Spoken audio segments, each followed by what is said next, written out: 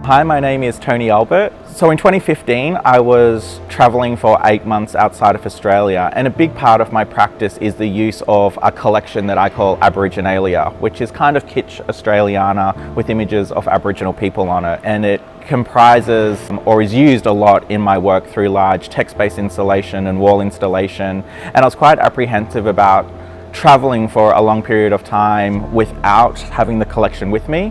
And a part of the collection is actually things like playing cards and coasters and matchboxes, which due to the fragile nature, I never really had the opportunity to work with them on larger scale things. So while I was traveling, I just took playing cards with me, and every day I would just be making these very small sculptures out of playing cards, which grew and grew to hundreds to thousands of these objects. There wasn't any initial concept or idea, but these small sculptures grew. And then having the opportunity to work with somewhere like the Queensland Art Gallery and have an opportunity to work with a larger scale and space, I really wanted to look at the possibility of growing these sculptures or fabricating them in a way that I wasn't able to do before. Well, the cards are selected because they're part of the collection. They all have vintage Aboriginal imagery attached to the face card. So my initial reason behind collecting them was that they fitted in with the idea of Aboriginalia.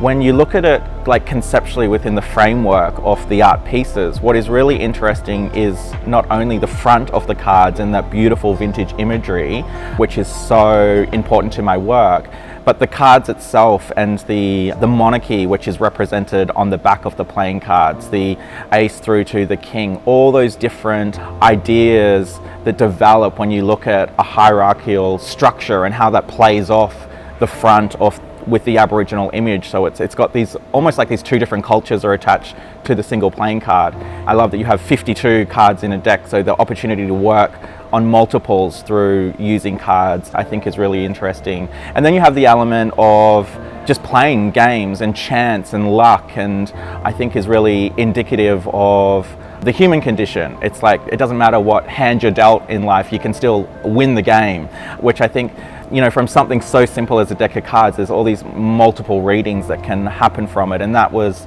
something I didn't think about when I first started the card work, but after conceiving of the larger idea, once all these sculptures were made, all these other ideas and relevance to it came to head, such as boy and girl, which I ended up using the king on the girl and the queen on the boy, and it also looks at gender and sexuality kind of issues as well. So I just feel there's multiple options that come out when using the cards as a reference.